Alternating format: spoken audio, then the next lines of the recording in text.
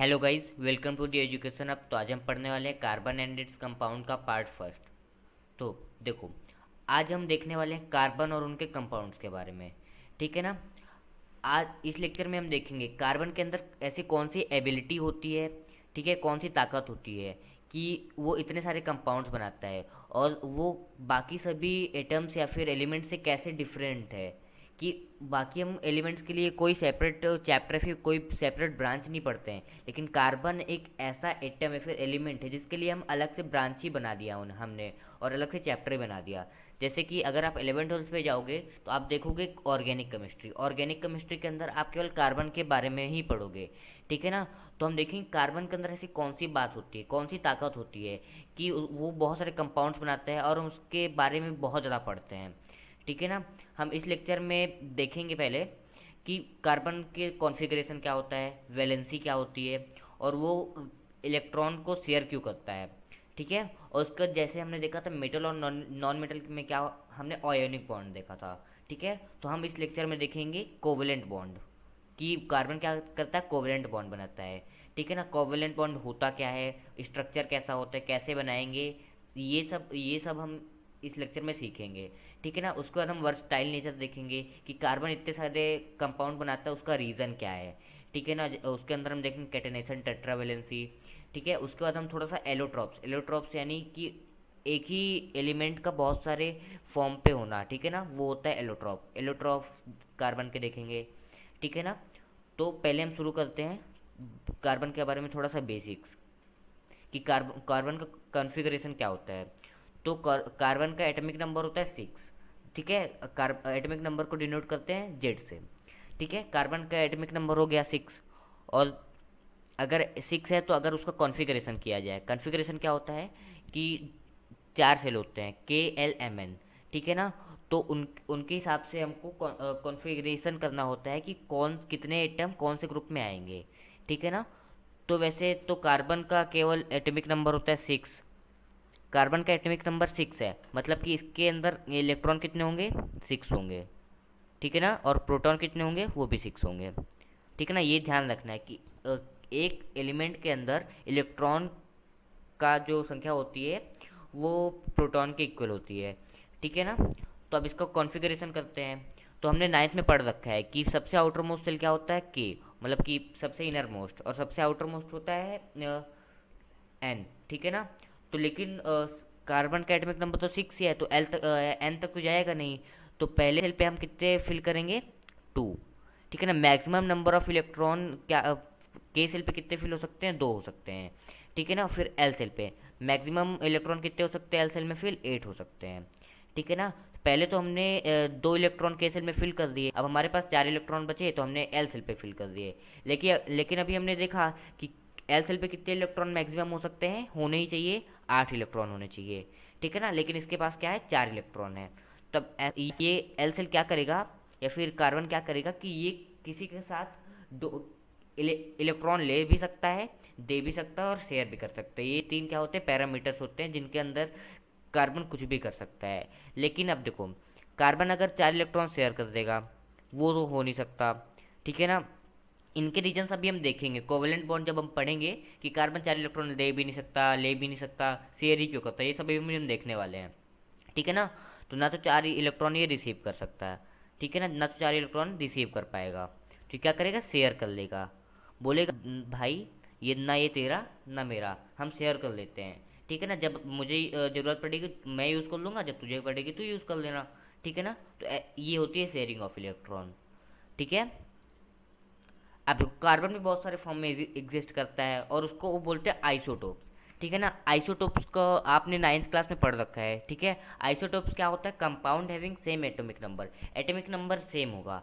ठीक है ना। कार्बन का एटॉमिक नंबर क्या होता है, 6 होता है। अगर एटॉमिक नंबर सेम है मतलब इलेक्ट्रॉन और प्रोटॉन का क्या होगा, वो भी इक्वल ही होंगे। ठीक है ना। मतलब कि atomic number is equal to number of electron is equal to number of protons. ठीक है ना। और इसमें एटॉमिक नंबर तो सेम होगा, लेकिन मास नंबर क्या हो जाएगा, डिफरेंट हो जाएगा। इन दोनों का मास डिफरेंस होगा। ठीक है ना। जैसे एक एग्जांपल लें, हम कार्बन के 2 आइसोटोप्स लेते हैं। एक है अपना C12। मैं उतने ब्रीफ में नहीं जाऊँ क्योंकि हम ये सब 9th में पढ़ चुके हैं। ठीक है ना। अब देखो कार्बन 12 हो गया। अब क्या है कि हमको तो पता है कि दोनों में इलेक्ट्रॉन और प्रोटॉन की जो है वो 6 ही होंगे। ठीक है, तो अब हमको क्या निकालना है कि इनके अंदर न्यूट्रॉन कितने होंगे। ठीक है ना, हमको मास नंबर भी पता है, ये जो C12 है ना, 12 ही है इसका मास नंबर, और ये 14 मास नंबर है। ठीक है ना। तो अब देखो नंबर ऑफ न्यूट्रॉन्स को निकालने के लिए हम क्या करेंगे कि ये जो मास नंबर है ना, मास नंबर है 12, और हम एक जो नंबर ऑफ प्रोटॉन्स है उनको माइनस कर देंगे। ठीक है ना, ये हो जाएगा 6 अपना। तो मतलब कि नंबर ऑफ न्यूट्रॉन्स इसमें है 6। ठीक है, और इसमें अगर देखेंगे neutron is equals to 14 - 6, mass number minus number of protons, ये हो गया 8। मतलब कि नंबर ऑफ इलेक्ट्रॉन और प्रोटॉन तो सेम ही रहेंगे, तो ये किससे डिफर होगा, न्यूट्रॉन नंबर से। ठीक है ना। और अगर आप मास नंबर का फॉर्मूला देखने जाएंगे, मास नंबर का फॉर्मूला क्या होता है, ये होता है प्रोटॉन प्लस न्यूट्रॉन। ठीक है ना, यही से मैंने फॉर्मूला लाया, neutron is equal to mass number minus proton. ठीक है ना। तो मतलब को समझ में आ गया कि नंबर ऑफ इलेक्ट्रॉन सेम होंगे, लेकिन नंबर ऑफ इलेक्ट्रॉन और प्रोटॉन सेम होंगे, लेकिन नंबर ऑफ न्यूट्रॉन कितने क्या होंगे, डिफरेंट होंगे। ठीक है। अब देखो अभी हमने बताया कि हमको दो मेन ही आइसोटोप्स पढ़ना है, C12 C14। अब देखो जो C14 होता है ना, वो कुछ खास एलिमेंट होता है, कुछ खास आइसोटोप होता है कार्बन का। ठीक है ना, क्योंकि वो रेडियो एक्टिव होता है। रेडियो एक्टिव मतलब उसके अंदर से रेडियो एक्टिव वेव्स निकलेंगी। ठीक है। तो इसका एक यूज़ होता है, जो कि होता है कि इसको कार्बन डेटिंग के लिए यूज़ करते हैं। कार्बन डेटिंग के लिए इसलिए यूज़ करते हैं क्योंकि रेडियो एक्टिव होता है। ठीक है ना, इसके अंदर से रेडियो एक्टिव वेव्स निकलेंगी।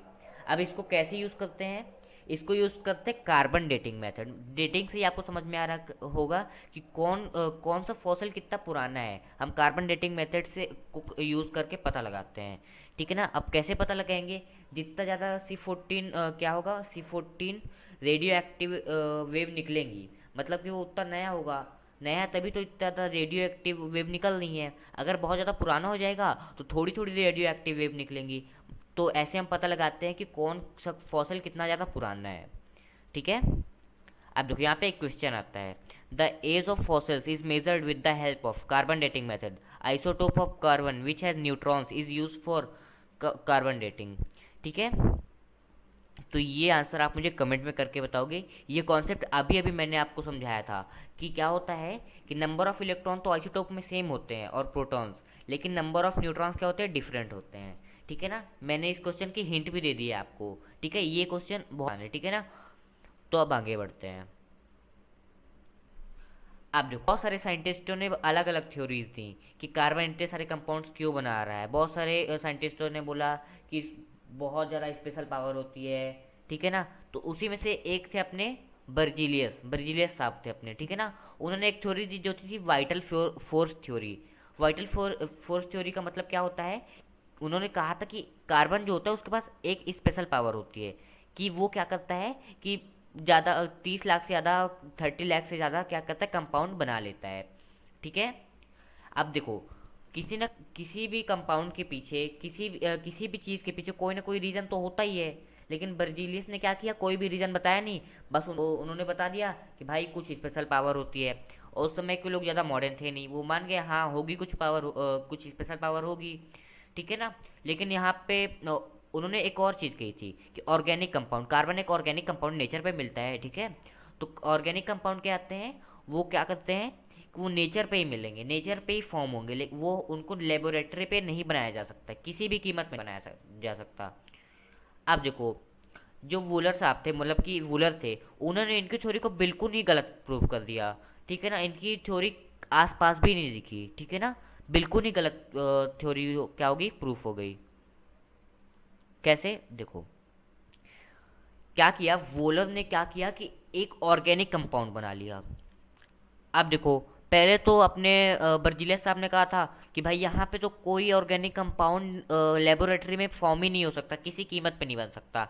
अब वूलर ने क्या किया कि ऑर्गेनिक कंपाउंड ही बना दिया, जो कि था यूरिया। ठीक है ना। ये जो मैं भी ये सब थ्योरीज पढ़ा रहा हूँ, ये आपके 10th बोर्ड के लिए थोड़ी सी भी काम नहीं आएंगी, लेकिन जो NTSC के लिए बहुत ज़्यादा इंपॉर्टेंट है, सेकंड के लिए। ठीक है ना। तो देखो वूलर ने क्या किया था कि फर्स्ट ऑर्गेनिक कंपाउंड क्या फॉर्म कर लिया, NH2CO। अब देखो, वोलर ने क्या किया था, NH2CO मतलब यूरिया तो बना लिया, लेकिन अभी भी वो नहीं रुका। उसने फिर से एक और ऑर्गेनिक कंपाउंड बना लिया, जो कि ऑक्जेलिक एसिड। ऑक्जेलिक एसिड किसमें मिलता है? टोमेटो पे। ठीक है ना। तो अब आगे बढ़ते हैं। अब हम आ गए अपने चैप्टर के बहुत इंपॉर्टेंट पार्ट में। ठीक है ना, जो कि है कोवलेंट बॉन्ड। अब कोवलेंट बॉन्ड क्या होता है? बॉन्ड मतलब आप समझ गए होंगे, किसी दो के बीच में कोई बॉन्ड होना, दो या फिर दो से ज़्यादा के बीच पे भी हो सकता है। तो किसी दो कंपाउंड या फिर एटम्स के बीच में बॉन्ड होता है। ठीक है ना। तो अब देखो इसकी डेफिनेशन देखते हैं। A chemical bond formed by two atom by mutual sharing of electron. Covalent bond में क्या होगा कि इसमें म्यूचुअल शेयरिंग होगी। और एक लाजमी सी बात है कि अगर कोवलेंट बॉन्ड बन रहे हैं तो एक एटम में तो बनेंगे नहीं, मतलब कि एक सिंगल एटम तो बॉन्ड बना नहीं लेगा, उसके लिए दो एटम तो चाहिए होंगे। तो ये जो केमिकल बॉन्ड बनेगा ये दो एटम के बीच में बनेगा। कैसे बनेगा? शेयरिंग से बनेगा। एक दूसरे को इलेक्ट्रॉन शेयर कर देंगे। ये जब क्या करेंगे कि जब बोलेंगे कि भाई मेरे पास एक इलेक्ट्रॉन कम है, तेरे पास इलेक्ट्रॉन कम है, दोनों शेयर कर लेते हैं। जब ये शेयर कर लेंगे, जब इसका यूज़ होगा तो ये यूज़ कर लेगा, जब उसका यूज़ होगा ये कर लेगा। ठीक है ना। तो इसमें क्या होता है कि जब ये शेयरिंग कर लेंगे इलेक्ट्रॉन की, तो क्या करेंगे, इक्वायर्ड ये क्या करेंगे, कॉन्फ़िगरेशन इनका कैसा हो जाएगा? नियरेस्ट नोबल गैस के जैसा हो जाएगा। ठीक है ना। अब देखो, जब नियरेस्ट नोबल गैस जैसा हो जाएगा तो पहले नोबल गैस एक बार समझ लेते हैं। मैं कोई भी चीज़ छोड़ना नहीं चाह रहा। ठीक है ना, मैं एक एक चीज़ समझाऊंगा आपको। ठीक है। तो देखो नोबल गैस क्या होती है। नोबल गैस आपने 9th क्लास में पढ़ रखा है। ठीक है ना, फिर भी मैं बताऊंगा आपको। नोबल गैस वो होती हैं जो कि किसी के साथ रिएक्ट नहीं करती।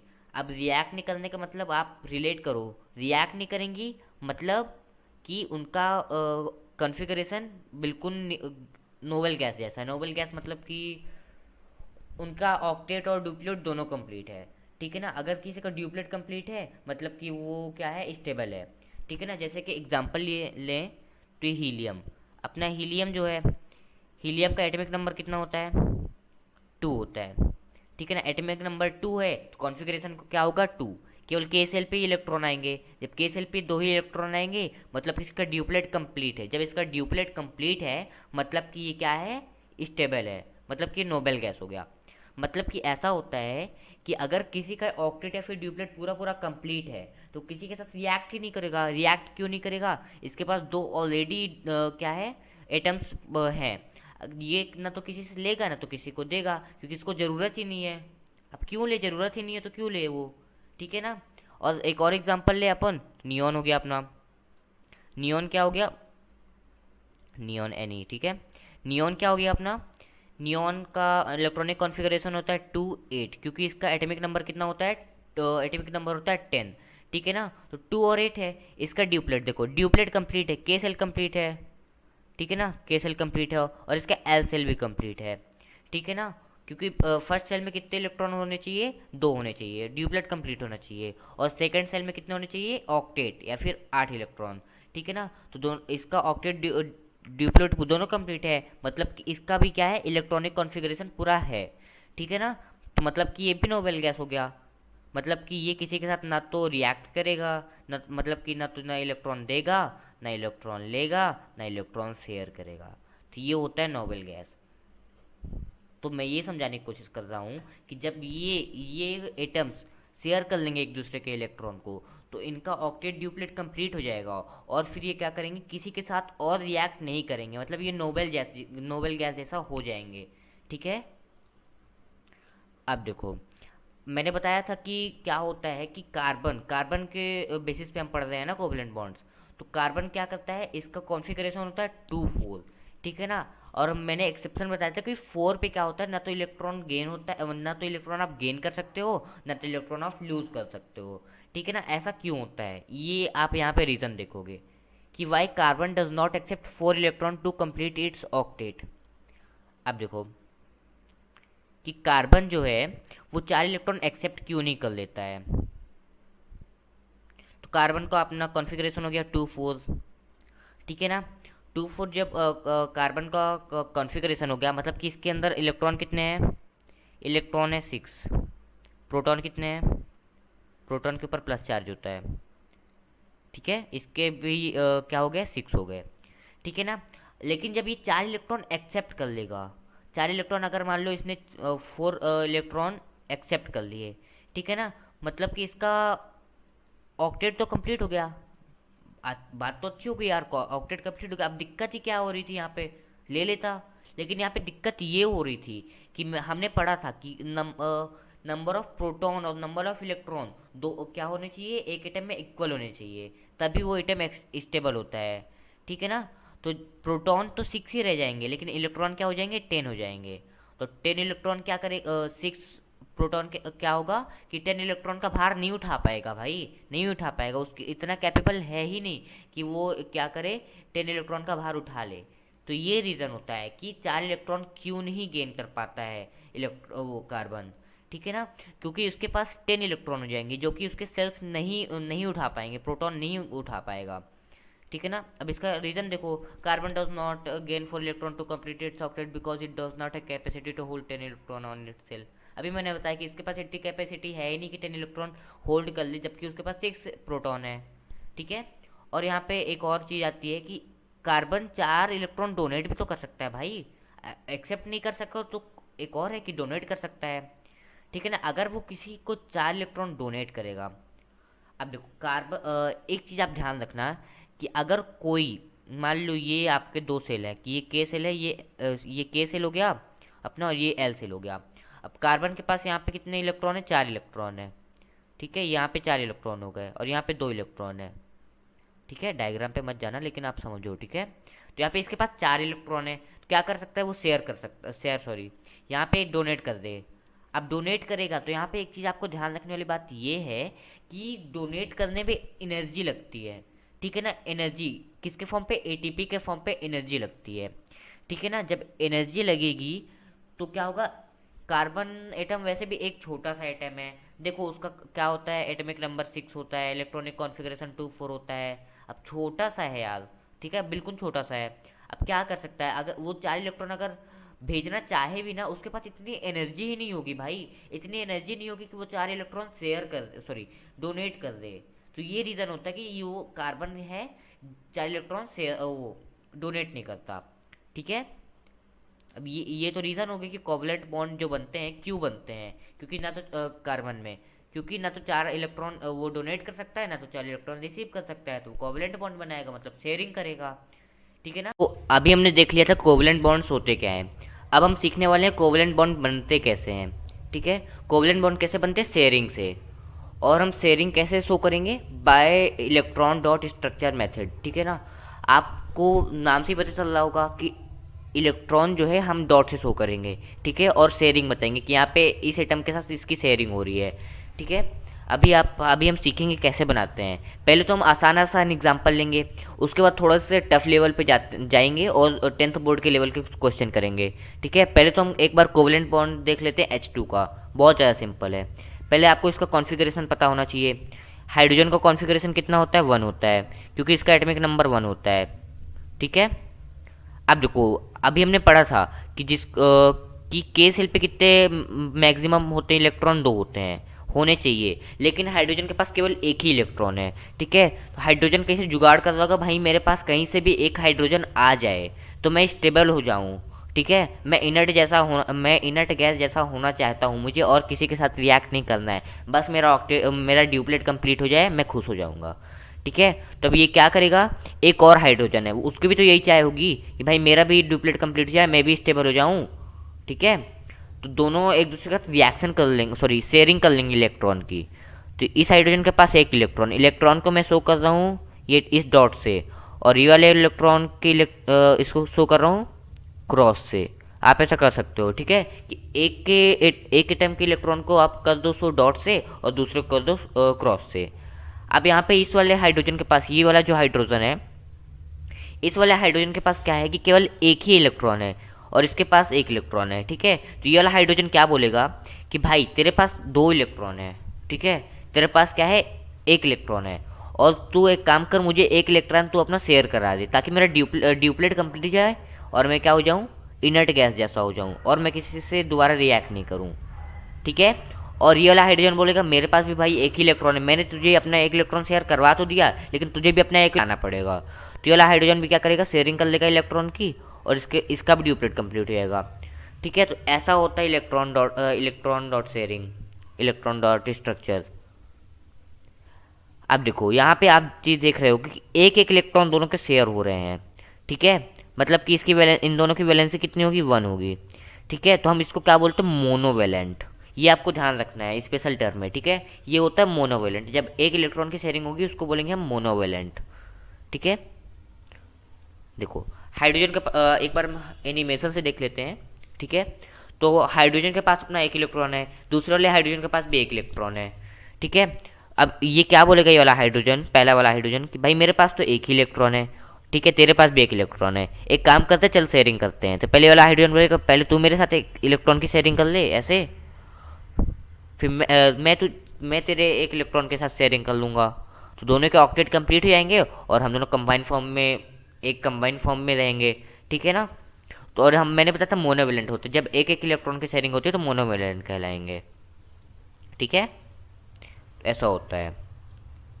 ऐसे ही हम एक एग्जांपल ले लेते हैं अपना नाइट्रोजन का। नाइट्रोजन भी कैसे N2 के फॉर्म पे एग्जिस्ट करती है, मतलब मॉलिकुलर फॉर्म पे।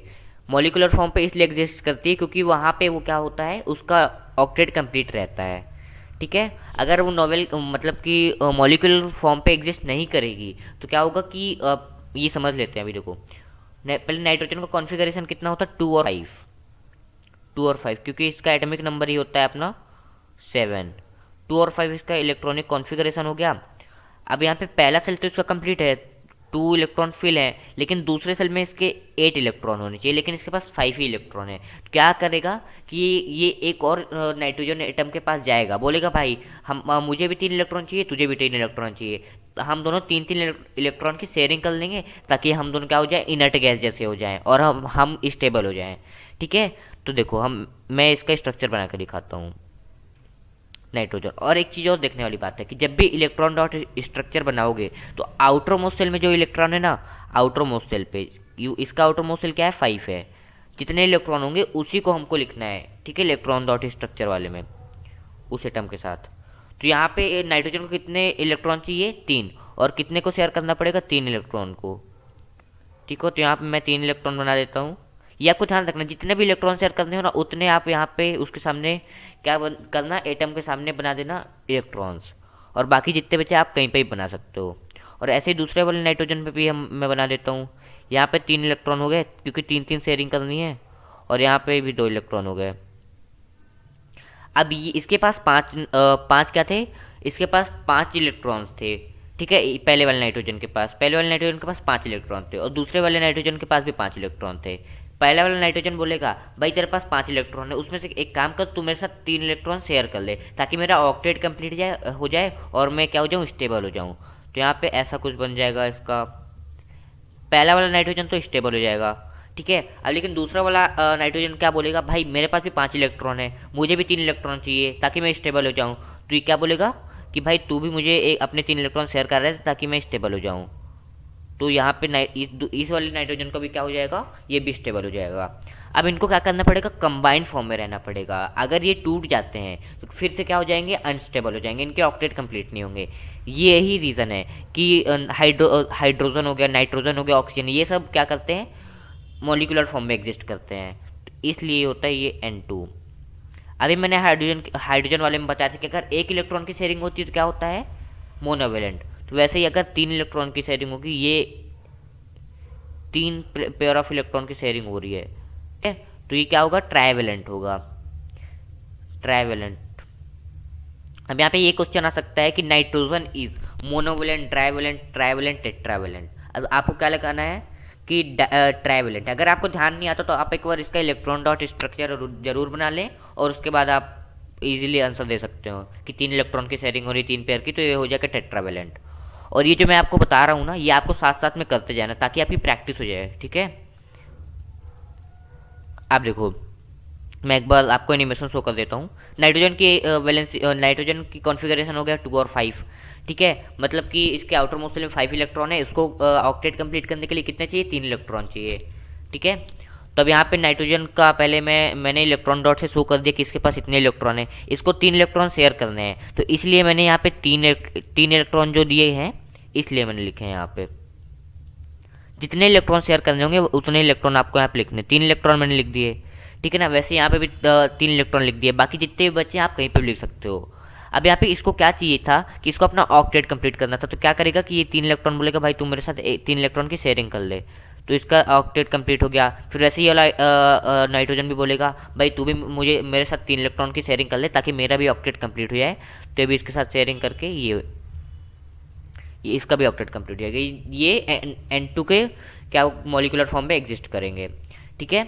और ये क्या होते हैं, ट्राइवेलेंट होते हैं, मैंने भी बताया था क्योंकि इसमें तीन इलेक्ट्रॉन की शेयरिंग हो रही है, ठीक है। ये इनका दोनों का ऑक्टेट कंप्लीट हो गया, और ये तीन इलेक्ट्रॉन शेयर कर रहे हैं इसलिए इनको हम बोलेंगे ट्राइवेलेंट। अब हम इलेक्ट्रॉन वो कोवलेंट बॉन्ड देख लेते हैं O2 का, ठीक है। तो पहले O2 का कॉन्फ़िगरेशन कितना होता है, आपको इसके लिए क्या करना पड़ेगा, मैक्सिमम 30 तक तो आपको एटॉमिक नंबर की टेबल याद करनी पड़ेगी, ठीक है। तो तभी आपको ये सब आएगा। ये सब आपने 9th में पढ़ चुका है, इसीलिए आपको ये 9th में पढ़ाया गया है ताकि आपका जो बेस है स्ट्रांग हो जाए। और ये जो 10th 11th 12th फिर तो यहाँ पे आपको ये बहुत ज़्यादा काम आने वाले हैं, ठीक है। तो अब यहाँ पे O2 जो है ये मॉलिक्यूलर फॉर्म पे एग्जिस्ट करता है ऑक्सीजन। अब पहले तो ऑक्सीजन का हम कॉन्फ़िगरेशन देख लेते हैं कितना होता है। इसका कॉन्फ़िगरेशन होता है 2 और 6, ठीक है ना।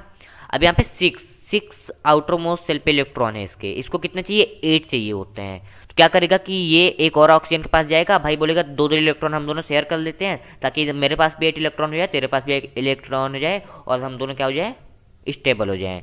तो यहाँ पे देखो मैं बना कर दिखा देता हूँ। यहाँ पे ये ऑक्सीजन हो गया, इसके पास कितने आउटर मोस्ट में 6 इलेक्ट्रॉन है, इसको 2 ही शेयर करने हैं, तो मैं यहाँ पे 2 बना देता हूँ, ठीक है। और यहाँ पे बाकी बना देता हूँ। यहाँ पे उतने मेरे डॉट सही नहीं आ रहे हैं, आप बना लेना अच्छे से। वैसे यहाँ पे बना देता हूँ,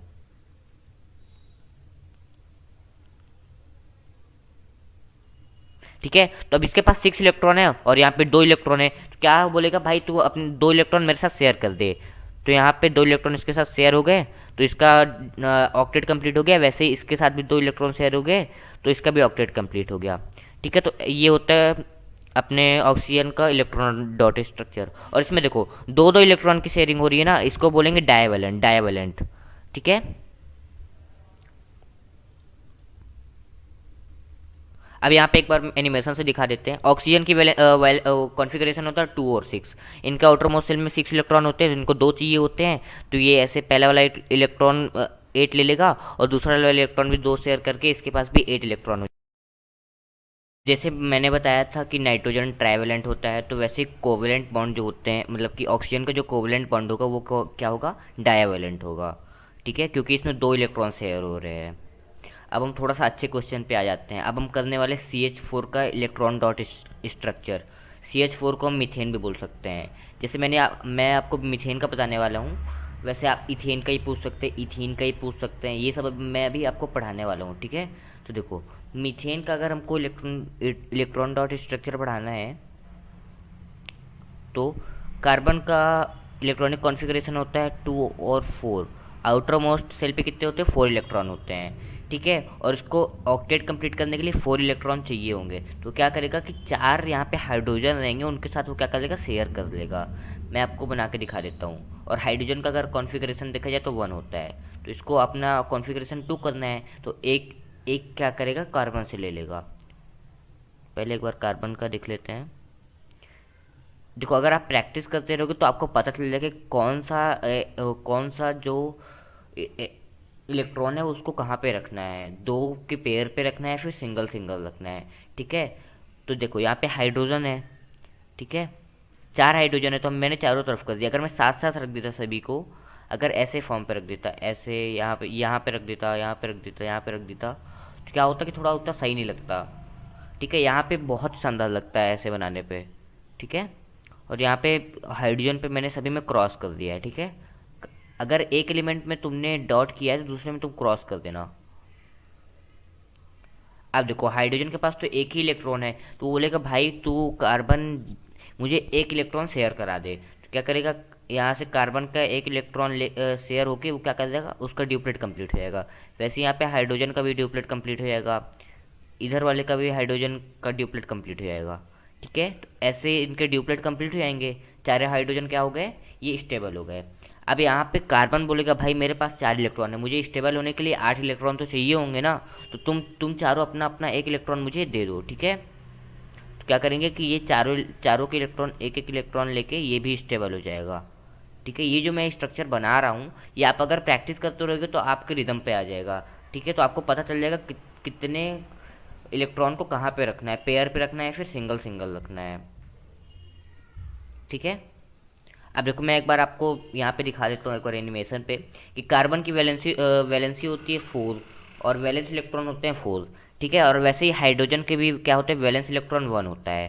तो यहाँ पे हमको इसका इलेक्ट्रॉन डॉट स्ट्रक्चर बनाना है, तो कार्बन के चारों तरफ मैंने एक एक इलेक्ट्रॉन रख दिए, और यहाँ पे चारों तरफ मैं क्या करूँगा कि यहाँ पे हाइड्रोजन के एक एक एटम रख दूँ, इलेक्ट्रॉन रख दूँगा, ठीक है। अभी जो हाइड्रोजन है इसके पास एक ही है, क्या है, एक ही इलेक्ट्रॉन है, ठीक है। तो बोलेगा कार्बन के साथ एक इलेक्ट्रॉन शेयर करके ये क्या हो जाएगा, इसका ड्यूप्लेट कंप्लीट हो जाएगा। वैसे इस वाले का भी ड्यूप्लेट कंप्लीट हो जाएगा, सभी एक एक इलेक्ट्रॉन कार्बन से लेके अपना ड्यूप्लेट कंप्लीट कर लेंगे। अब लेकिन यहाँ पे कार्बन बोलेगा मेरे पास तो 4 ही इलेक्ट्रॉन है, मुझे 8 चाहिए अपना ऑक्टेट कंप्लीट करने के लिए। तो क्या करेगा कि वो चारों इलेक्ट्रॉन को हाइड्रोजन के चारों इलेक्ट्रॉन को लेके वो अपना ऑक्टेट कंप्लीट कर लेगा, ठीक है। ये देखो पूरा सर्कल आपको ऐसा मार्क कर देना है 8 इलेक्ट्रॉन के लिए, ठीक है। तो ये तो हो गया मीथेन का कोवलेंट बॉन्ड। अब हम देख लेते हैं कार्बन डाइऑक्साइड का, ठीक है। कार्बन डाइऑक्साइड, अब देखो कार्बन की वैलेंस इलेक्ट्रॉन पहले तो कॉन्फ़िगरेशन लिख लेते हैं 2 और 4। हमें आउटर मोस्ट सेल वाले का चाहिए होता है, ठीक है, एटम के लिए। इसके आउटर मोस्ट सेल में 4 है, और ऑक्सीजन का अगर इलेक्ट्रॉनिक कॉन्फ़िगरेशन देखेंगे, ये तो कार्बन का हो गया, अगर ऑक्सीजन का देखेंगे तो इसका होता है 2 और 6। इसके आउटर मोस्ट सेल में कितने हो गए, 6 इलेक्ट्रॉन हो गए, ठीक है। लेकिन यहाँ पे दो क्या है, 2 ऑक्सीजन है, तो 2 2 4, दोनों ऑक्सीजन को मिला के हमको 4 टोटल क्या चाहिए होंगे, हमको इलेक्ट्रॉन चाहिए होंगे ऑक्सीजन के लिए। तो हम बनाते हैं, चलो। ये कार्बन हो गया, हमारे पास 2 ऑक्सीजन है, तो आप यहाँ पे भी 2 ऑक्सीजन रख सकते हो, और इसके अगल बगल पे भी रख सकते हो, ये ऊपर ऊपर भी ऊपर और नीचे भी रख सकते हो आप, ठीक है। तो अब देखो ऑक्सीजन के पास कितने इलेक्ट्रॉन है, 6 इलेक्ट्रॉन है। मैं एक बार अच्छे से बना देता हूँ। ये देखो ऑक्सीजन हो गया, ये कार्बन हो गया, ये ऑक्सीजन हो गया।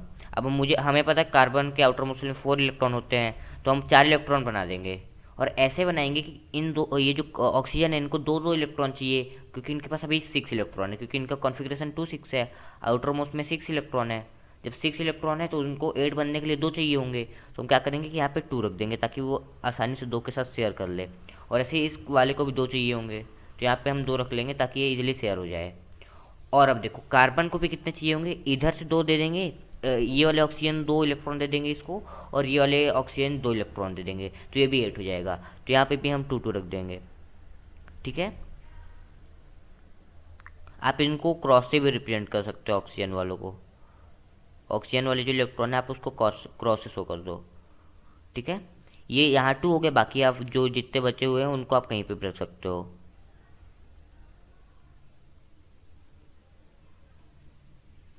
आप देखो ऑक्सीजन के पास कितने हैं, ऑक्सीजन के पास इलेक्ट्रॉन है 6, ठीक है। उसको अपना ऑक्टेट कंप्लीट करने के लिए कितने इलेक्ट्रॉन चाहिए, 2 चाहिए। तो कार्बन के पास बोलेगा तेरे पास 2 जो इलेक्ट्रॉन है तो मेरे साथ शेयर कर ले, ताकि मेरे क्या हो जाए, अब मेरा ऑक्टेट कंप्लीट हो जाए, ठीक है। तो ये कार्बन बोलेगा ठीक है, तो यहाँ पे इसका ऑक्टेट कंप्लीट हो जाएगा। ये 2 कार्बन से ले लिया और 6 पहले से, तो इसका ऑक्टेट कंप्लीट हो गया। वैसे ही ये वाला ऑक्सीजन बोलेगा भाई मेरे पास भी 6 इलेक्ट्रॉन है, तो 2 इलेक्ट्रॉन मेरे साथ भी शेयर कर ले, तो ऐसे यहाँ पे भी 2 इलेक्ट्रॉन ऐसे शेयर हो जाएगा, ठीक है। और वैसे ही यहाँ पे कार्बन कार्बन जो है, कार्बन के पास 4 ही इलेक्ट्रॉन है, तो उसको 4 चाहिए होंगे, 2 इलेक्ट्रॉन इधर से, इधर वाले ऑक्सीजन से ले लेगा, और 2 इलेक्ट्रॉन इधर वाले ऑक्सीजन से ले लेगा, तो इसका भी क्या हो जाएगा, ऑक्टेट क्या हो जाएगा, कंप्लीट हो जाएगा। तो ऐसे बनता है CO2 का स्ट्रक्चर, ठीक है। और एक बार हम एनिमेशन से देख लेते हैं। देखो कार्बन का तो अभी हमने देखा कि कॉन्फ़िगरेशन द्वारा 2 4, आउटर मोस्ट में 4 होते हैं, उसको 4 इलेक्ट्रॉन चाहिए होंगे ताकि उसका ऑक्टेट कंप्लीट हो जाए, ठीक है।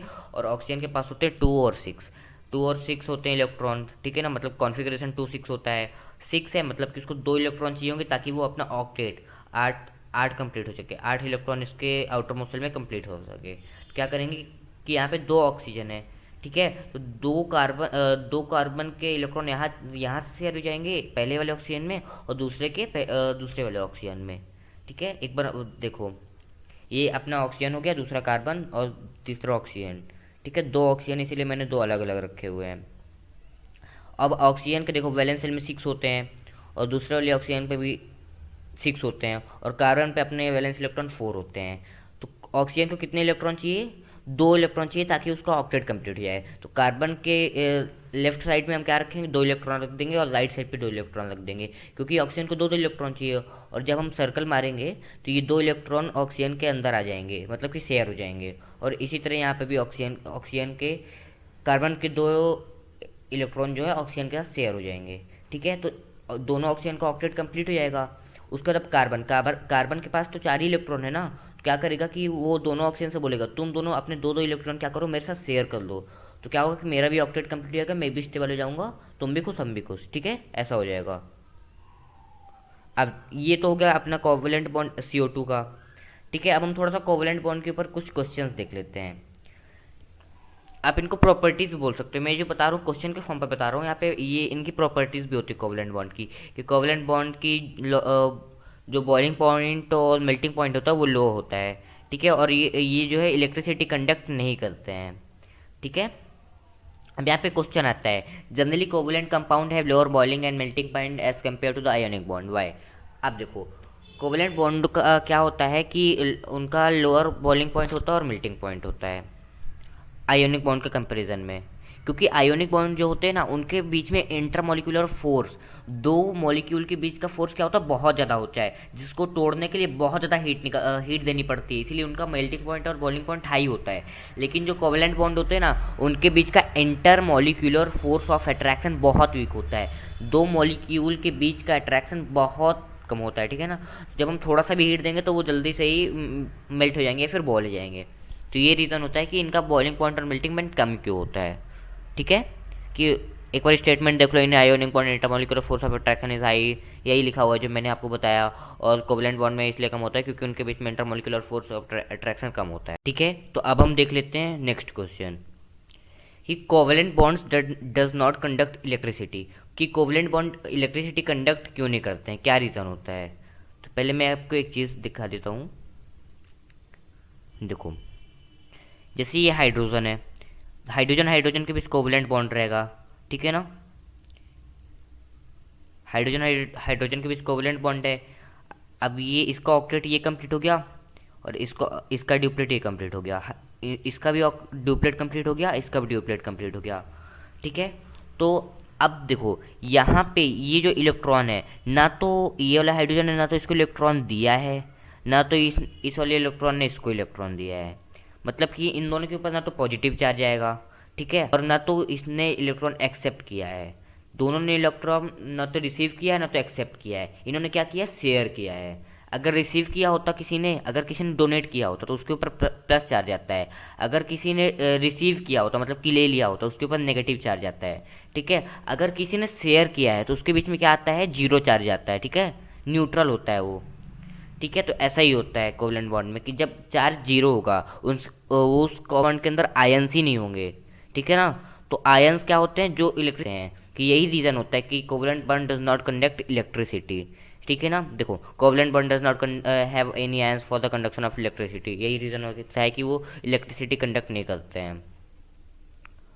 आप देखो, हम आगे वर्सटाइल नेचर ऑफ कार्बन, कि ऐसी कौन सी खास बात होती है, कौन सा उसमें ताकत होती है कि भाई वो इतने सारे एटम बनाता है। ठीक है ना, कि वर्सटाइल क्यों? क्योंकि बहुत सारे वो क्या कंपाउंड बनाता है, बहुत फ्रेंडली नेचर का होता है, बहुत सारे दोस्तों बनाता है अपने, बहुत सारे कंपाउंड्स बनाता है। ठीक है ना, अब देखो, पहला तो इसका रीज़न कैटेनेशन। मैं आपको बताऊं कैटेनेशन क्या होता है। कैटेनेशन वो होता है सेल्फ लिंकिंग प्रॉपर्टी, मतलब कि वो सेल्फ लिंक करेगा, बहुत लंबी लंबी चेन बनाएगा। It is unique property of self linking atom through covalent bond. ये क्या करेगा कि सेल्फ लिंकिंग मतलब खुद से जुड़ जुड़ के क्या करेगा? कोवलेंट बॉन्ड बनाएगा। ठीक है ना, जुड़ जुड़ के बहुत बड़े चेन बना लेता है। ठीक है ना, स्ट्रेट वो चेन क्या हो सकती है? स्ट्रेट भी हो सकते हैं, सीधी सीधे हो सकते हैं। स्ट्रेट चेन आप देख लो, ये हो गई अपनी स्ट्रेट चेन। ठीक है, ब्रांच्ड चेन हो सकता है, और रिंग्स भी हो सकता है, रिंग शेप का। ठीक है, तो ये होता है कैटेनेशन। ठीक है, आप इसको ऐसे आ सकते हो कि catenation is self linking property through which carbon makes long chain, long straight branched और रिंग चेन। ठीक है ना, तो ये तो है कैटेनेशन। आप देखो, एक बार मैं आपको एक बार स्ट्रेट चैन, लॉन्ग ब्रांच चैन और रिंग के बारे में समझा देता हूँ क्या होता है। अभी स्ट्रेट चैन है। अब क्या है कि कार्बन का जो कॉन्फ़िगरेशन कितना होता है, कार्बन का कॉन्फ़िगरेशन होता है 2 और 4। ठीक है, 2 और 4 होता है कार्बन का कॉन्फ़िगरेशन। अब सब सभी कार्बन जो है उनको चार इलेक्ट्रॉन कहीं ना कहीं से चाहिए, तो क्या करते हैं वो कोवलेंट बॉन्ड बनाते हैं, शेयरिंग करते हैं इलेक्ट्रॉन की। ठीक है ना। अब ये वाला कार्बन देखो, ये वाला कार्बन एक एक वैलेंसी तो फील है। पूछो क्यों? क्योंकि ये इन दोनों के बीच में एक बॉन्ड होगा, इसके बीच में भी एक बॉन्ड होगा। ठीक है, तभी तो चेन बन रही है। अगर इनके बीच में बॉन्ड ही नहीं होता चेन कहाँ से बनती? ठीक है ना, इन सभी के बीच में एक बॉन्ड हो गया। ठीक है। अब देखो, इसका एक वैलेंसी फिल हो गई, मतलब 3 वैलेंसी थी। ठीक है, तो एक काम क्या, यहाँ से एक वैलेंसी फिल हो जाएगी। मान लो यहाँ पे हाइड्रोजन रखा हुआ है, यहाँ से एक वैलेंसी फिल हो जाएगी और यहाँ से। ठीक है, तो देखो इस वाले कार्बन की मैं बात कर रहा हूँ, तो इसकी चारों वैलेंसी फिल हो गई हैं। एक यहाँ से फिल हो गई, पहले तो यही वाले कार्बन ने एक वैलेंसी फिल कर दी थी, और एक यहाँ पे मान लो हाइड्रोजन रखा हुआ तो उसके साथ एक वैलेंसी फिल हो गई, और यहाँ पे एक वैलेंसी फिल हो गई, और यहाँ पे। मैं आपको ये इसलिए बता रहा हूँ कि अभी जब मैं हाइड्रोकार्बन पढ़ाऊंगा यहाँ वहाँ पे आपको बहुत ज़्यादा काम आएगी ये सब चीज़ें। ठीक है, तो इसकी चारों वैलेंसी फिल हो गई। ठीक है, और ये वाले कार्बन पे देखो, इसकी वैलेंसी, ये एक वैलेंसी ये फिल हो गई, एक वैलेंसी ये फिल हो गई, मतलब कि 2 वैलेंसी ऑलरेडी फिल है, तो इसकी 2 वैलेंसी बची। एक वैलेंसी ये फिल हो गई, एक वैलेंसी ये फिल हो गई, मतलब कि इसके भी चारों, मतलब कि ये क्या हो गया, स्टेबल हो गया। अभी वाला कार्बन देखो, ये वाले कार्बन में इसकी ये वाली वैलेंसी फिल, एक वैलेंसी फिल है, दूसरी वैलेंसी फिल है, और ये तीसरी हो गई, ये चौथी हो गई, मतलब कि चारों इलेक्ट्रॉन जो है क्या हो गए, बैलेंस हो गए, उनकी वैलेंसी फिल हो गई। यहाँ मान लो हाइड्रोजन है। ठीक है, ये यहाँ पे एटम है कोई सा, मतलब कि यहाँ पे इलेक्ट्रॉन है। ठीक है, हाइड्रोजन का, तो उन्हीं के साथ वो क्या कर रहा है, शेयरिंग कर रहा है। अब ये वाला कार्बन देखो, इस वाले कार्बन के साथ इसके साथ एक वो हो गया, और इस वाले कार्बन के साथ एक शेयरिंग हो गई एक इलेक्ट्रॉन की, तो दो वैलेंस सेल इसके फिल हो गए। अब 2 बचे तो आप ऐसे फिल कर दो। ठीक है, तो ये हो गई ठीक है। अब ये वाला कार्बन देखो, इस वाले कार्बन में एक वैलेंसी बस फिल है। ठीक है, तो एक वैलेंसी आप यहाँ से फिल कर लो, एक यहाँ पे एक हाइड्रोजन लगा दो, एक यहाँ पे हाइड्रोजन लगा दो, एक यहाँ पे हाइड्रोजन लगा दो। तो ये होता है कैटेनेशन में। क्या होता है, अगर लॉन्ग चेन बनती है ना, तो आपको ये भी लॉन्ग चेन तो आप बना दोगे, लेकिन आपको ये जो है ना, ये आपको बनाना जरूरी है कि कहाँ पे कितने वैलेंस सेल के साथ इनका पेयर बनेगा। ठीक है, ये तो हो गई स्ट्रेट चैन। अब हम देख लेते हैं एक बार ब्रांच्ड चैन। ठीक है, ब्रांच बनती है तो कैसा दिखता है, ये देखो जो अभी मैंने बताया था कि इसकी एक वैलेंसी ऑलरेडी फिल है इसके साथ, फिर 3 वैलेंसी मैंने फिल कर दी, फिर इसकी एक वैलेंसी यहाँ फिल हो गई, एक वैलेंसी यहाँ फिल हो गई, और 2 वैलेंसी जो बची ऊपर नीचे फिल हो गई। वैसे इन दोनों का भी हो गया। ठीक है, अब हम एक बार ब्रांच्ड चेन देख लेते हैं। ब्रांच में क्या होगा कि कुछ स्ट्रेट होगा, और बाकी उसके नीचे एक छोटा सा मतलब कि एक कार्बन एटम और रख दिया तो ब्रांच चेन बन गई। अब देखो ब्रांच चेन की वैलेंसी कैसे फिल कर सकते हैं, मैं आपको धीरे धीरे एक एक स्टेप में आपको सब कुछ समझा रहा हूँ, ताकि आपके पूरे अच्छे तरीके से कॉन्सेप्ट क्लियर हो जाए, कहीं पे भी आपको डाउट नहीं रहे। ठीक है, तो आपको अच्छे से बिल्कुल ध्यान लगा के समझना है, ताकि यहाँ पे आप जब कार्बन्स पढ़ोगे ना, वहाँ पे आपको दिक्कत नहीं आए।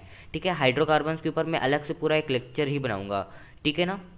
तो अब देखो, ये कार्बन, इस कार्बन की एक वैलेंसी फिल है, कैसे फिल है, इसके साथ एक वैलेंसी इसके साथ फिल हो गई, और एक वैलेंसी हमने यहाँ फिल कर दी, एक वैलेंसी हमने यहाँ फिल कर दी, और एक वैलेंसी हमने यहाँ फिल कर दी, तो इसकी 4 वैलेंसी फिल हो गई, मतलब कि ये स्टेबल हो गया।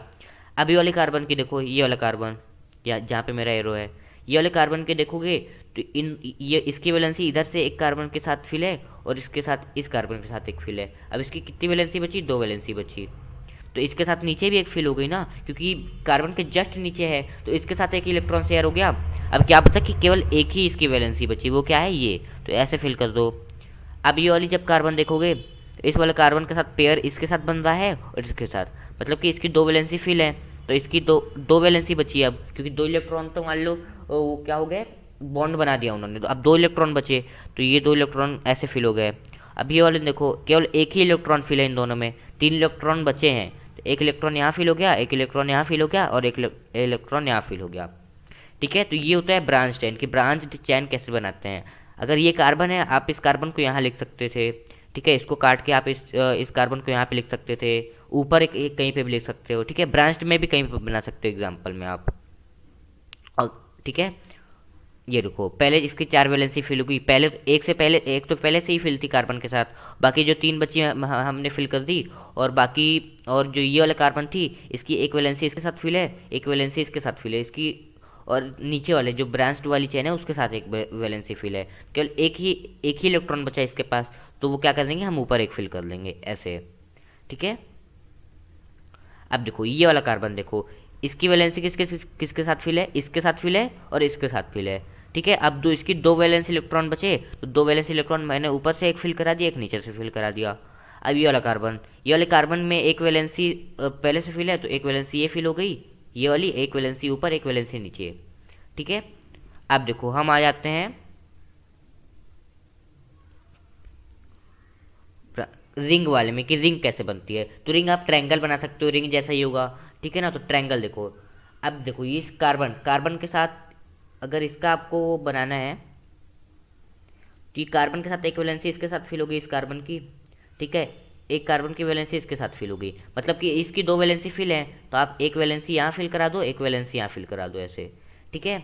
तो इसकी चारों वैलेंसी फिल हो गई। अब ये वाला कार्बन देखो, एक इसकी वैलेंसी ऐसे फिल है, एक वैलेंसी इसकी ऐसे फिल हो गई, 2 वैलेंसी फिल हो गई, और एक वैलेंसी आप ऐसे फिल करा दो, एक वैलेंसी आप ऐसे फिल करा दो, तो इसके चारों इलेक्ट्रॉन शेयर हो गए, ये कि बैलेंस्ड हो गया।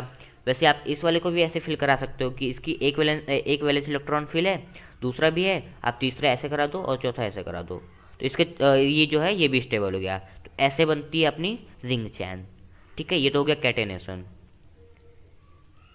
ठीक है। ये जो अभी मैंने बताया कि 2 वैलेंसी कार्बन के साथ फिल है, बाकी जो बची आप ऐसे फिल करा दो। इसकी 2 वैलेंसी फिल है, एक इस वाले कार्बन के साथ, एक इस वाले कार्बन के साथ, और जो वैलेंसी बची आप इसके साथ फिल करा दो। और ये वाला जो कार्बन है इसकी 2 वैलेंसी फिल है, तो इस आपकी केवल यहाँ पे ये वैलेंसी करनी है, तो इसकी वैलेंसी फिल हो जाएगी।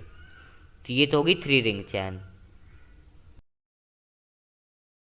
हम देख लेते हैं कि कैटेनेशन का रीज़न क्या होता है कि कार्बन इतने सारे कंपाउंड बना लेता है। ठीक है। तो देखो कार्बन की स्मॉल, बहुत ज़्यादा छोटी साइज होती है, स्मॉल साइज़ का होता है कार्बन। देखो इसका एटॉमिक नंबर ही 6 होता है। ठीक है। देखो कार्बन का एटॉमिक नंबर 6 होता है। ठीक है। कॉन्फ़िगरेशन 2 4 हो गया, बिल्कुल छोटा सा एटम है। उसके छोटे उसका छोटा साइज इसके लिए क्या करता है कि वो जितने भी एटम के साथ वो क्या बॉन्ड बनाता है ना, उनको टाइटली बिल्कुल पैक पैक कर लेता है, बिल्कुल अट्रैक्ट किए रहता है। ठीक है। अगर उसका साइज़ बड़ा होता, क्या होता, वो एटम उनसे दूर होते, तो उसके वो उतना टाइटली होल्ड नहीं कर पाता। लेकिन स्मॉल साइज़ के कारण वो क्या करता है कि बाकी एटम को टाइटली होल्ड कर लेता है। इसके कारण वो क्या करता है कि बहुत सारे चैन बना लेता है कार्बन कार्बन की। ठीक है।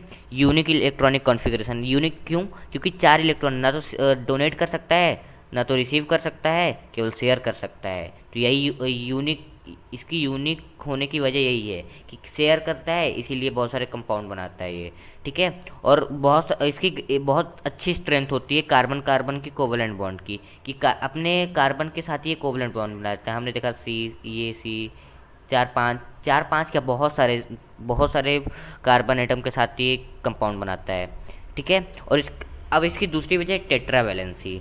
टेट्रावैलेंसी क्या होती है कि मैंने बताया था कि मोनोवेलेंट क्या होता है, डाइवेलेंट क्या होता है, ट्राइवेलेंट क्या होता है। ठीक है। मोनोवेलेंट वो होता है जैसे कि हाइड्रोजन हाइड्रोजन के बीच में ये एक पेयर ऑफ इलेक्ट्रॉन शेयर हो रहे हैं, तो मोनोवेलेंट हो गया। नाइट्रोजन के बीच में क्या हो गए, 3 पेयर ऑफ इलेक्ट्रॉन शेयर हो रहे हैं, तो क्या हो गया, ट्राइवेलेंट हो गया। और ऑक्सीजन के बीच में कितने, दो शेयर हो रहे हैं, तो ये हो गया अपना डाइवेलेंट। ठीक है ना। वैसे ही कार्बन क्या होता है, टेट्रावेलेंट। टेट्रावेलेंट मतलब कि इसके 4 इलेक्ट्रॉन शेयर होते हैं। ठीक है ना। हमने देखा है कि वैलेंसी कितनी होती है, 4 होती है।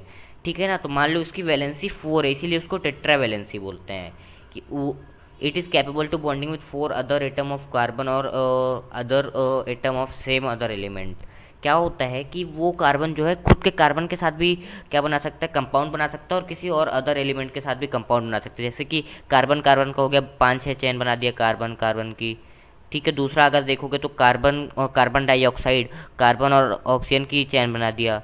ठीक है। और देखो कंपाउंड आर फॉर्म्ड विथ, जैसे ऑक्सीजन के साथ बना लिया, हाइड्रोजन के साथ बना लिया, सल्फर के साथ, वो मान लो सभी सभी कंपाउंड के साथ वो जनरली बना लेता है अपना कंपाउंड बना लेता है। सभी जितने भी एटम होते हैं सभी के साथ अपना कंपाउंड बना लेता है। कार्बन सभी के साथ जो है कोवलेंट बॉन्ड बना लेता है, ठीक है ना। तो टेट्रावेलेंसी यही होती है।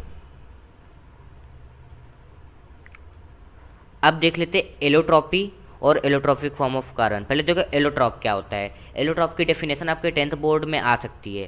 तो ये होता है कि एलोट्रॉप वो होता है कि एक जैसे एलिमेंट है ना या फिर एक एटम है, तो वो बहुत सारे फॉर्म्स में एग्जिस्ट करता है, बहुत सारे फॉर्म्स में, तो उसको कहते हैं एलोट्रॉपी।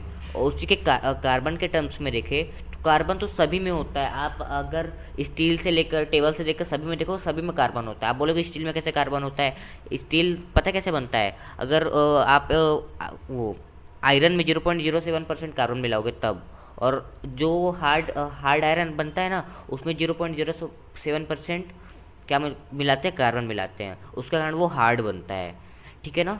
तो यही होता है कि existence of particular element in so many forms या फिर डिफरेंट फॉर्म्स, ठीक है ना। अगर हम कार्बन के पॉइंट ऑफ व्यू से देखें तो कार्बन बहुत सारे बनाता है अपने एलोट्रॉप्स। जैसे कि सबसे मेन एलोट्रॉप्स कौन से हैं? अपना डायमंड हो गया, ग्रेफाइट हो गया, फुलेरेंस हो गया, ठीक है ना। और जो एलोट्रॉप होंगे ना केवल उसी उसी मेन एलिमेंट से मिलके बने होंगे, प्योरेस्ट फॉर्म होंगे एलोट्रॉप, प्योरेस्ट फॉर्म, ठीक है ना। और जो मैंने अभी आपको बताया एलोट्रॉप कि ग्रेफाइट हो गया, डायमंड हो गया, फुलेरेंस, ये सब किसके एलोट्रॉप होते हैं? कार्बन के। और इनके सब के बारे में सेपरेट पढ़ने वाले, स्ट्रक्चर कैसा होता है ग्रेफाइट का, डायमंड का, फुलेरेंस का, इनकी प्रॉपर्टीज़ क्या होती हैं, ठीक है ना। और फिर डिफरेंस भी देख लेंगे इनके बीच पे, ठीक है। अब देखो, अब यहाँ पे एक क्वेश्चन आता है, which of the following is not a allotrope of carbon. तो ये आप मुझे कमेंट बॉक्स में बताएंगे कि इसका आंसर क्या है, क्योंकि मैंने तो एग्जांपल दे ही दिए थे, तो बहुत आसान क्वेश्चन हो गया आपके लिए, ठीक है। अब यहाँ पे आ जाता है अपना स्ट्रक्चर ऑफ डायमंड। ये 3 डायमेंशनल बॉन्डिंग होती है इसकी। देखो 3 डायमेंशनल, ये एक है, इसके साथ 4 एटम जुड़े हुए थे। इसकी 3 डायमेंशनल बिल्कुल टेट्राहेड्रल, मतलब कि एक एक कार्बन एटम के साथ 4 कार्बन एटम जुड़े होते हैं, तो वो होता है टेट्राहेड्रल स्ट्रक्चर, ठीक है ना। तो इसके 3 डायमेंशनल बॉन्डिंग होती है। Each carbon is tetrahedrally join with other carbon atom. मैंने बताया अभी टेट्राहेड्रल, मैंने नाम लिया, टेट्राहेड्रल होता क्या है। टेट्राहेड्रल में क्या होता है कि मान लो ये एक कार्बन एटम है, ठीक है ना। मैं उतना सही से नहीं बना पा रहा हूँ क्योंकि वो देखो ये एक कार्बन एटम हो गया, तो इसके साथ 4 कार्बन एटम जुड़े होंगे। जैसे पहला ये कार्बन एटम हो गया, ठीक है, दूसरा ये कार्बन एटम हो गया, तीसरा ये कार्बन एटम हो गया, ठीक है ना। तो ऐसे टेट्राहेड्रली ज्वाइन होते हैं। तो 4 कार्बन एटम कहाँ पे हो गए? एक ये हो गया, एक ये हो गया, एक ये हो गया, एक ये हो गया, ठीक है ना। तो ऐसे बनता है कार्बन का वो डायमंड का स्ट्रक्चर। ये जब 4 कार्बन एटम अपने बन गए ना, तो इन्हीं 4 कार्बन एटम के किसी एक एटम से, जैसे ही मान लो मैंने ये वाला एटम ले लिया, ठीक है ना, कार्बन का, तो इसी से फिर 4 एटम और बन जाएंगे, ठीक है ना। मैं एक बार आपको अच्छे से पूरे अच्छे तरीके से बना कर दिखा देता हूँ। अरे यार, ये अपना एक एटम हो गया कार्बन का, ठीक है, ये दूसरा हो गया, फिर यहाँ से एक इससे ज्वाइन होकर ये हो गया, ये हो गया, ये हो गया। अब ये तीन है ना, 4 लोग हैं। अब मान लो ये वाले कार्बन एटम से फिर से एक चैन बन गई, एक इससे ये ज्वाइन हो गया, फिर इससे ये ज्वाइन हो गया, फिर इससे ये ज्वाइन हो गया, इससे ये ज्वाइन हो गया। आप मेरे साथ आप मेरा देख देख के बना सकते हो, आपको प्रैक्टिस करनी चाहिए, क्योंकि ये 10th बोर्ड में जनरली पूछ लिया जाता है कि व्हाट स्ट्रक्चर ऑफ डायमंड बनाओ, ठीक है ना। तो ये हो गया अपना स्ट्रक्चर ऑफ डायमंड कि डायमंड कैसा दिखता है। और आपको टेट्राहेड्रल वर्ड अगर आपको नहीं याद होता मत याद करो, लेकिन आप ये जरूर लिख देना कि 1 carbon atom is joined with 4 other carbon atoms, ठीक है ना। अब देखो ये जो टेट्राहेड्रल स्ट्रक्चर होता है ना, टेट्राहेड्रल मतलब कि एक कार्बन एटम 4 से जुड़ा होगा, ये 3D रिजिड स्ट्रक्चर देता है इसको। मतलब कि जो एक कार्बन एटम 4 कार्बन एटम से जुड़े रहते हैं, बिल्कुल डेंस रहते हैं, ठीक है ना। इसके कारण ये बहुत ज़्यादा रिजिड रहता है, 3D स्ट्रक्चर बनता है, ठीक है ना। आप इस वाले डायग्राम पे भी देख सकते हो। ये एक कार्बन एटम हो गया अपना अपना ये एक कार्बन एटम हुआ, ठीक है ना। इससे कौन कौन से कार्बन एटम जाए? ये पहला हो गया, ये दूसरा हो गया, तीसरा हो गया, ये चौथा हो गया। 4 कार्बन एटम ज्वाइन है, ठीक है ना। तो इसका मतलब टेट्राहेड्रल स्ट्रक्चर है, ठीक है। और ये यहाँ पे आप ये भी लिख सकते हो ऑक्टागोनल लिंक बनाता है ये, ठीक है, ऑक्टागोनल मतलब कि 8 भुजा वाली, ठीक है ना, ऑक्टागोनल लिंक बनाता है ये, 8 साइड्स होंगी इसमें। तो ऐसे ही ये वाला जो कार्बन हुआ, इससे फिर से हमने एक कार्बन ज्वाइन किया तो इसके एक कार्बन से फिर से 4 कार्बन ज्वाइन हो गए। तो ये होता है डायमंड का स्ट्रक्चर। अब हम डायमंड की कुछ प्रॉपर्टीज़ देख लेते हैं। जो प्रॉपर्टीज़ ऑफ डायमंड ग्रेफाइट सब सॉरी, ये जो प्रॉपर्टीज़ ऑफ डायमंड वगैरह मैं बताऊंगा ना, ये बहुत ज़्यादा इंपॉर्टेंट है, ठीक है ना। तो देखो, diamond found naturally in free state, ये आपको फ्री स्टेट में मिलता है। आप डायमंड को घर पे या फिर आर्टिफिशियली फैक्ट्री वगैरह पे नहीं बना सकते, ये नेचुरली आपको खदानों पे मिलता है। जब आप माइनिंग वगैरह करते हो तब मिलता है आपको, ठीक है ना। और ये जो डायमंड है ना, हार्डेस्ट नेचुरल मटेरियल अपने मानो तो हार्डेस्ट नेचुरल मटेरियल जो नेचर में मिलता है, नेचर द्वारा बनाया गया है, ठीक है ना। ये गुड कंडक्टर ऑफ हीट होता है, हीट का तो बहुत अच्छा कंडक्टर होता है, लेकिन क्या होता है कि जो इलेक्ट्रिसिटी का होता है बैड कंडक्टर होता है। अब यहाँ पे आपसे पूछ सकते हैं कि why diamond is bad conductor of electricity, तो आपको क्या आंसर देना है। पहले तो कॉन्वर्ट कार्बन उनका कॉन्फ़िगरेशन था 2 4, ठीक है ना। ये जो 4 कार्बन एटम थे ना आउटर मोस्ट वाले, ये तो चारों जुड़ गए हैं यहाँ पे, ठीक है ना। कोई भी फ्री इलेक्ट्रॉन नहीं बचा है, ठीक है ना। कोई भी एक भी इलेक्ट्रॉन छूटा नहीं है, ठीक है ना। तो यही जो फ्री इलेक्ट्रॉन होते हैं ना, यही इलेक्ट्रिसिटी कंडक्ट करते हैं। तो यहाँ पे कोई फ्री इलेक्ट्रॉन है ही नहीं, तो ये इलेक्ट्रिसिटी कंडक्ट करेगा ही नहीं। तो अगर आपको ये क्वेश्चन पूछ लिया जाए कि why diamond is bad conductor of electricity, तो आपको लिख देना है कि diamond is bad conductor of electricity because it does not have any free electron, ठीक है ना। अब देखो, इसका जो मेल्टिंग पॉइंट होता है ना, इसका डायमंड का जो मेल्टिंग पॉइंट होता है या फिर बॉइलिंग पॉइंट आप बोल सकते हैं, या फिर जिसमें इवापोरेट हो जाता है, तो diamond burns at 900 degree Celsius. बहुत ज़्यादा जब आप हीट दोगे 900 डिग्री सेल्सियस बहुत ज़्यादा होती है। तो क्या करेगा कि वो कार्बन एटम में टूट जाएगा और वो कार्बन डाइऑक्साइड गैस दे देगा, ठीक है ना। बहुत ज़्यादा डेंस होता है, बहुत ज़्यादा डेंस होता है। आप इसमें ये भी लिख सकते हो कि ट्रांसपेरेंट होता है। डायमंड तो ट्रांसपेरेंट होता है, आपने अभी देखा नहीं हो लेकिन आपने पिक्चर्स वगैरह पे देखा होगा, ठीक है। ये डायमंड ट्रांसपेरेंट होता है, ठीक है। और इसका हाई रिफ्रैक्टिव इंडेक्स होता है। रिफ्रैक्टिव इंडेक्स आपने फिजिक्स में तो पढ़ा होगा, लाइट रिफ्रैक्शन एंड रेयरफैक्शन में, कि लाइट बेंड हो जाती है, ठीक है ना। कितनी स्पीड की लाइट कम हो जाती है, वही होता है रिफ्रैक्टिव इंडेक्स, ठीक है ना। तो बहुत ज़्यादा रिफ्रैक्टिव इंडेक्स होता है इसका। और जो यहाँ पे यूज़ आता है अगर डायमंड का ना, तो डायमंड किसके लिए यूज़ होता है, ग्लास की कटिंग के लिए डायमंड यूज़ होता है, ठीक है। कि हम डायमंड की कटिंग के लिए ग्लास की कटिंग के लिए डायमंड को यूज़ करते हैं। अब हम देख लेते हैं स्ट्रक्चर ऑफ ग्रेफाइट, ठीक है। तो देखो, ग्रेफाइट भी एलोट्रॉफ होता है कार्बन का। ग्रेफाइट जो आप पेंसिल से यूज़ करते हैं ना, उसकी जो नोक होती है ग्रेफाइट की बनी होती है, ठीक है ना। ग्रेफाइट क्या होता है कि ग्रेफाइट सीड जैसा अरेंज होता है, लेयर टाइप का होता है, ठीक है। जैसे आप ये वाले डायग्राम पे देख रहे होगे कि ये सीड जैसा कुछ दिख रहा है। अगर आप इसके ऊपर इसी तरह की कार्बन की लेयर चढ़ाते जाओगे ना, तो क्या बन जाएगा, ग्रेफाइट बन जाएगा। जब आप पेंसिल से लिखते हो कि आपको पता चलता होगा कि ऊपर की लेयर क्या क्या होती है, धीरे धीरे चली जाती है। तो वही होता है कि लेयर धीरे धीरे चली जाती है, क्योंकि उसमें लेयर बाई लेयर उसमें अरेंज होते हैं कार्बन, ठीक है ना। Each carbon atom is bonded with 3 carbon atom by covalent bond.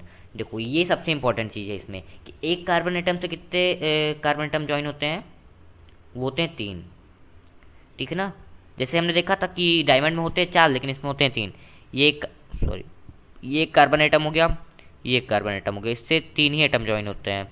ये देखो, एक ये हो गया, एक ये हो गया, एक ये हो गया। तो अब देखो, यहाँ पे एक बात और आती है कि उसमें 4 इलेक्ट्रॉन होते हैं कार्बन में, और 3 इलेक्ट्रॉन ही उसमें क्या हुए हैं कि बॉन्ड हुए हैं, लेकिन एक इलेक्ट्रॉन फिर रह गया है। तो वही जो एक इलेक्ट्रॉन बचा ना, वही इलेक्ट्रिसिटी कंडक्ट करेगा। ये आगे अभी मैं आपको और अच्छे से बताने वाला हूँ, ठीक है ना। और क्या करते हैं, ये जो 3 इलेक्ट्रॉन बॉन्ड हुए ना, ये बॉन्ड बन के एक 6 हेक्सागोनल लिंक बना लेते हैं। मतलब कि हेक्सागोनल लिंक मतलब कि 6 साइड हो जाती हैं इसकी, हेक्सागोनल लिंक बना लेंगे, ठीक है ना। Fourth valency of electron is each of the free to move. ये जो फोर्थ इलेक्ट्रॉन मैंने बताया था कि जो फोर्थ इलेक्ट्रॉन होता है कार्बन सेल का, वो फ्री होता है, उसके कारण इलेक्ट्रिसिटी कंडक्ट होती है, ठीक है। तो ये तो ग्रेफाइट का स्ट्रक्चर कैसे होता है। आपको अक्सर पूछते नहीं कि ग्रेफाइट स्ट्रक्चर ऑफ ग्रेफाइट बनाओ, क्योंकि नहीं बच्चे मतलब कि इतना हार्ड पूछते ही नहीं है वहाँ पे 10th बोर्ड पे, ठीक है। अब देखो, प्रॉपर्टीज ऑफ ग्रेफाइट, ये नेचुरली भी मिलता है हमको, और हम क्या मैन्युफैक्चर भी कर सकते हैं आर्टिफिशियली, ठीक है ना। Graphite is soft and slippery to touch. आप जब पेंसिल की नोक छूते हो थोड़ा स्लिपरी टाइप का रहता है, आपने देखा होगा, ठीक है। और गुड कंडक्टर ऑफ, अब देखो यहाँ पे एक एक्सेप्शन आ गया कि डायमंड क्या होता है, गुड कंडक्टर ऑफ हीट है लेकिन बैड कंडक्टर ऑफ इलेक्ट्रिसिटी है, लेकिन ग्रेफाइट जो है good conductor of heat and electricity both है, ठीक है ना। और यहाँ पे graphite occurs at 700 to 800 degree to give CO2। जब ग्रेफाइट को बंद करेंगे ना 700 से 800 डिग्री में क्या होगा, वो बंद हो जाएगा और CO2 देगा हमको। और ग्रेफाइट की मिनिमम डेंसिटी कम डेंसिटी होती है, कम डेंस होता है, इसीलिए वो जल्दी मेल्ट भी हो जाता है थोड़ा सा कार्बन से, वो डायमंड से पहले, ठीक है ना। और क्या होता है, ग्रेफाइट ब्लैक कलर का होता है, ओपेक ओपेक होता है, ब्लैक कलर का ओपेक होता है, ठीक है ना। तो ये तो हो गई प्रॉपर्टीज ऑफ ग्रेफाइट। अब यहाँ पे आता है difference between graphite and diamond. तो आपको पहले लिखना है डायमंड इज ट्रांसपेरेंट, ट्रांसपेरेंट होता है, ग्रेफाइट ब्लैक कलर होता है, ओपेक होता है। डायमंड जो होता है पुअर कंडक्टर ऑफ इलेक्ट्रिसिटी होता है और bad conductor of sorry but good conductor of heat, लेकिन graphite good conductor of electricity और हीट बहुत होता है, ठीक है ना। ये हार्डेस्ट मटेरियल है नेचर का, लेकिन ये सॉफ्ट एंड स्लिपरी होता है टच करने में। और यहाँ पे एक पॉइंट नहीं लिखा हुआ है कि कार्बन की जो मेल्टिंग पॉइंट होती है वो कितनी होती है, डायमंड की मेल्टिंग पॉइंट होती है 900 डिग्री सेल्सियस, लेकिन अपने ग्रेफाइट की होती है 700 to 800 डिग्री सेल्सियस। आप ये भी पॉइंट ऐड कर सकते हो। और ये लिख देना कि carbon is more denser then the graphite and graphite is less denser then the carbon sorry diamond, ठीक है ना। और डायमंड क्या होता है, इनसॉल्युबल होता है सभी सॉल्यूट, इतना डेंस है कहाँ पिघलेगा, मतलब कि पानी में डालोगे तो कहाँ वो अपने कॉन्स्टिट्यूएंट एलिमेंट में टूटेगा। और सॉल्युबल ये ग्रेफाइट जो होता है सॉल्युबल होता है ऑर्डिनरी सॉल्वेंट्स में, ठीक है ना। अब आगे बढ़ते हैं।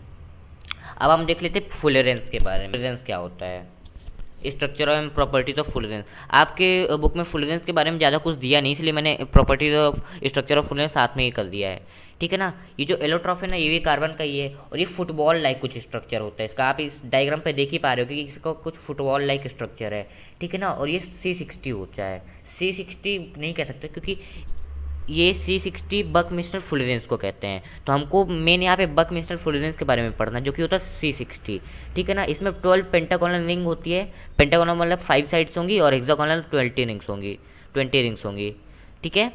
अब देखो ये क्या end joint to joint connect रहते हैं और एक सॉकर बॉल जैसा तो कुछ स्ट्रक्चर बनाते हैं, ठीक है ना। और यही जो C60 एलिमेंट होता है अपना, C60 कार्बन एटम होता है, इसको कहते हैं हम बकमिस्टर फुलरेंस। यही यही मैं आपको बता रहा था कि ज़्यादा फुलरेंस में ज़्यादा कुछ है नहीं बात करने को, बस आपको ये पूछ सकता है कि फुलरेंस कैसे बन सकता है।